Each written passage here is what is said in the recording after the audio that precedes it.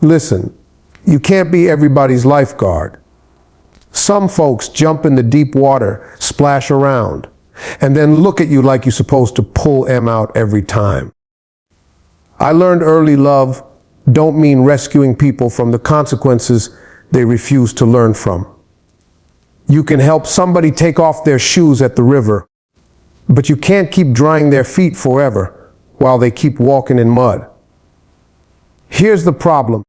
Saving folks who won't save themselves is emotional charity without accountability. It becomes a pattern. You give, they take. You fix, they repeat. And after a while, you wake up hollow, your own dreams underpaid, your prayers tired. You got to ask yourself, am I loving them or enabling their comfortable mess? There's a difference. Loving somebody sometimes looks like tough medicine, letting them face the consequences that will finally teach them to change.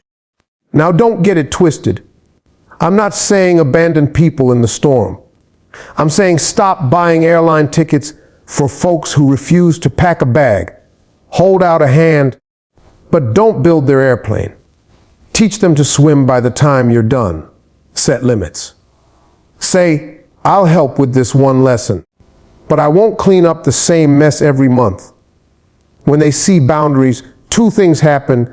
Either they grow or they go. If they grow, you just saved a life and you didn't do it by doing it for them. If they go, you didn't lose. You stood for your own future. There's a spiritual side to this too. God didn't put you here to be the savior of everybody who walks by. He put you here to be faithful to what He gave you. You can't follow your calling with your hands tied helping everybody who refuses to help themselves. Pray for them, pour wisdom into them, but stop trading your peace for their temporary comfort. Sometimes the greatest love is letting someone learn the hard way so they stop being a lesson for everyone else. And listen, people who want to change will ask for help and then do the work. People who want to stay where they are will clothe their laziness in excuses and blame. Don't fall for the dramatics. Be wise. Be kind. But be firm. If you keep rescuing the same people, you'll run out of rescue energy when your own emergency shows up. So here's the bottom line. Stop being everyone's emergency line. Be a mentor, not a mop. Be a coach, not a crutch. When you teach people to save themselves, you create dignity, and dignity changes everything. Protect your peace, protect your purpose, and love people enough to let them become what they were meant to be. Now go on, set your boundaries, speak the truth in love, and keep building the life God called you to without carrying everyone who won't carry themselves. Helping without accountability makes you a short-term fixer and a long-term trap for the people you love. You know how this plays out. Somebody messes up, you rush in with the broom and the Band-Aid, you patch the hole, and next week the same leaks back like you never fixed nothing. That ain't love. That's doing for people what they need to learn to do for themselves. Real help shows up with rules, with expectations, and with consequences. If you keep cleaning the same mess, you're training them to depend on you. Not to develop the muscle, they need to stand on their own 2 feet. Think about a kid who never learns to tie his shoes because mom ties him every morning. He'll be fast at relying, he won't be fast at walking his path. That's what our rescuing does to grown folks. Accountability is the backbone of transformation. It's the part where you tell the truth and you mean it. I'll help you, but you got to show up. That's the sentence that changes everything. When you put structure on your help, a plan, a timeline rolls, you stop being a soft place to fall and start being a coach who builds capacity. People need the boundary to see the mirror. Boundaries are not punishment. They are mirrors that reflect what folks are actually doing. And when they see the reflection, they either fix it or they fold. Either result is better than the misery of pretending everything's all right while the same problem keeps repeating. There's also a dignity piece in this. Carrying somebody's load for them steals their dignity. When a person learns to stand on their own, that sense of pride and ownership changes their life. You ever notice how different a person looks after they earn something versus when you hand it to them? They hold their head different. They move different. That's because they paid the price. They did the work. As hard as it is to watch someone struggle, sometimes the struggle is the teacher. Your job is to guide the lesson, not to redo the homework forever. Now, I'm not saying walk away in the storm. Be present, be a guide, but don't become the permanent rescue team. Help set up the ladder, point to the steps, show how to climb, but don't keep carrying them up every rung. And if they refuse to climb, you ain't obligated to keep hauling. You've got a calling too. You can't be pouring out your life trying to patch people who refuse to learn how to patch themselves. That's how dreams get sidelined and prayers get unpaid. Finally, be honest with yourself. Are you rescuing because you love or because you like being needed? Sometimes we enable because it strokes an ego, not because it serves a purpose. Check your motive. The right help builds independence. The wrong help builds dependency. Teach people to fish. Don't keep handing out fish till the pond's dry. When you hold folks accountable with compassion and firm expectations, you don't lose them. You give them a chance to rise. And the world needs more risers, not more permanent dependents. See, here's the truth. You cannot pour from an empty cup. Every time you step in to fix somebody else's life, you're pulling from your own strength, your own energy, your own peace. And if that person isn't willing to do the work, you end up drained, tired, and resentful while they're still sitting in the same spot you found him. That's like bailing water out of a boat with holes in the bottom. No matter how fast you scoop, the water keeps rushing back in. That ain't your boat to fix, but you keep riding in it, wondering why you're sinking right along with them. You've got to realize your energy, your time, your mental health. That's valuable. You're not a limitless resource, and you can't spend your life giving it all away to people who don't invest in themselves. Sometimes the best love you can give somebody is stepping back, because as long as you keep rescuing, they got no reason to change. Why would they? You keep paying the price, and they keep living on credit. But when you step away and let them feel the weight of their own choices, that's when real change gets a chance to happen. Pressure produces diamonds, but only if you let the pressure sit. If you keep trying to relieve it, all you're doing is keeping coal in your hands.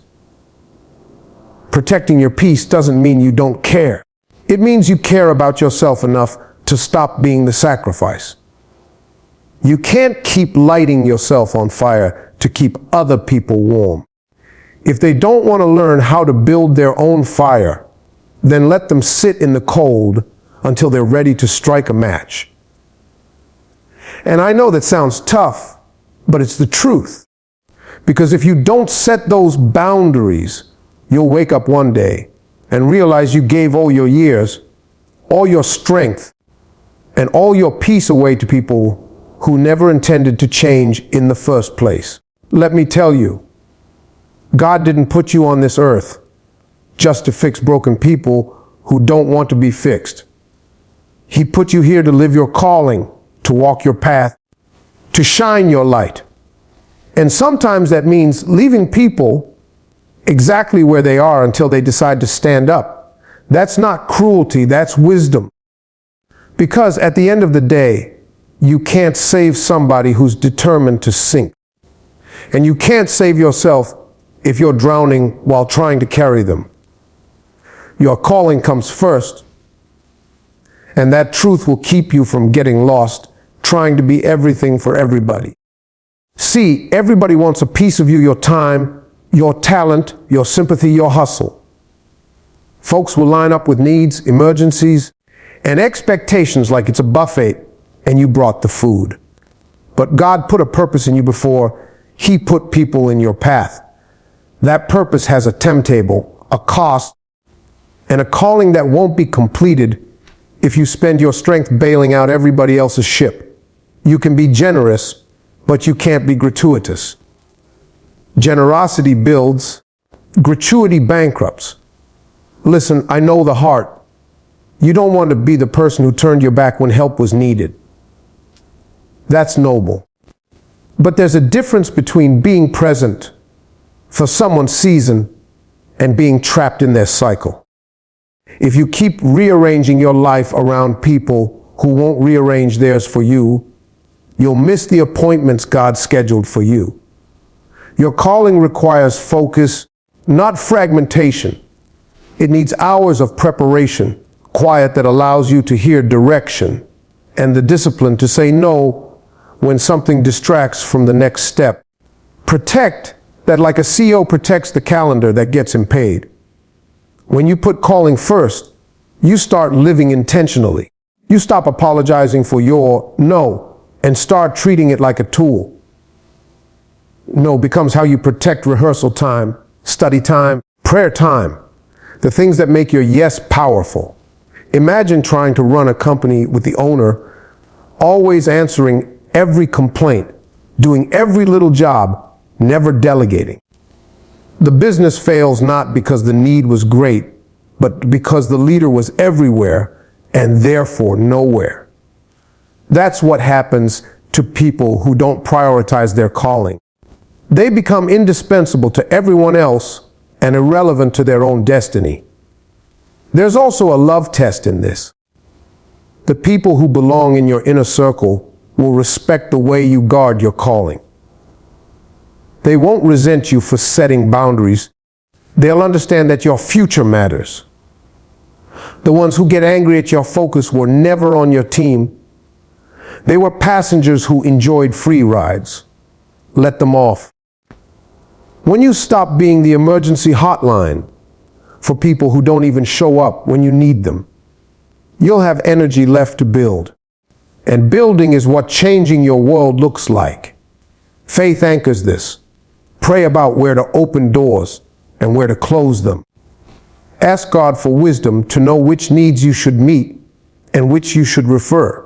Sometimes your calling asks for seasons of scarcity, fewer parties, fewer favors, fewer casual hangouts, so you can invest in what multiplies. That's intentional sacrifice, not selfishness. God honors the steward who manages what he gave wisely. Finally, remember, putting your calling first is not a rejection of people. It's service at a higher level. When you fulfill your purpose, you create platforms that help many more than you could by always rescuing the few. Your obedience becomes provision for others. So guard your time, guard your peace. Guard your focus like your calling depends on it, because it does. Show up for people, yes, but don't show up at the expense of the work God put you here to finish. Sometimes tough love is the best love. See, love ain't just about hugs and I got you. Real love knows when to step back. Real love knows when to let a person hit bottom. Because sometimes the only teacher that can reach them is pain. If you keep catching somebody every time they fall, they'll never learn how to balance. You become the crutch that keeps them from growing their own legs. And that ain't love. That's enabling. I had to learn this myself. I used to think helping meant fixing. Somebody broke, I'd try to glue him back together. Somebody lost, I'd try to map out their whole route. But after a while, you realize you ain't raising grown folks. You can advise, you can encourage, you can pray for them. But you cannot live their life for them. If they refuse to take responsibility, all you're doing is dragging dead weight. That's not love, that's delay. See, when you step back, it don't mean you stopped caring. It means you care enough to let them see the truth.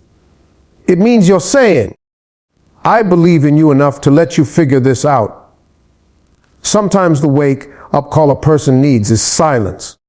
Sometimes it's the absence of your constant rescuing that finally makes them move. You're not abandoning them, you're allowing God to deal with them without you blocking the process. And let me tell you something, when you let go, you set yourself free too, because carrying other people's problems will weigh your spirit down. You'll lose sleep, lose peace, lose your own joy, while they still keep repeating the same mistakes. That's not your assignment. Tough love is about letting people feel the consequences of their choices, so they can rise on their own strength. So don't confuse stepping back with giving up. It ain't giving up, it's growing up. It's saying, I love you enough to stop playing savior, because there's only one savior and you ain't him. Your job is to love, encourage, and sometimes step out of the way. And that, my friend, is the hardest but truest kind of love there is. Look, you can't keep hard rescuing and expect your life to breathe. Love people enough to set limits. Love them enough to teach them how to stand, and love yourself enough to finish your own race. Hold hands through the storm if you must, but don't carry somebody who refuses to learn how to walk. Boundaries aren't cruelty. They're kindness with a backbone. When you stop being everybody's permanent rescue, you free them to grow, and you free yourself to pursue the purpose God put on your life. So put the ladder down, show them the steps, pray for them, then keep walking. Your peace, your calling, and your future depend on it. And that's worth protecting. Now go on and live like that. Look, love ain't a nonstop rescue mission. You can't keep bailing people out and expect your purpose to float. Set the ladder down, teach the steps, and if somebody won't climb, don't drag them up. Boundaries are love with teeth. They protect your peace, your calling, and your joy. Pray for folks, help when it counts, but don't bankrupt your future trying to fund somebody else's habit. Stand firm, be kind, be wise, and watch how your life breathes when you stop carrying what wasn't meant for your shoulders. Now go do the work you were called to do.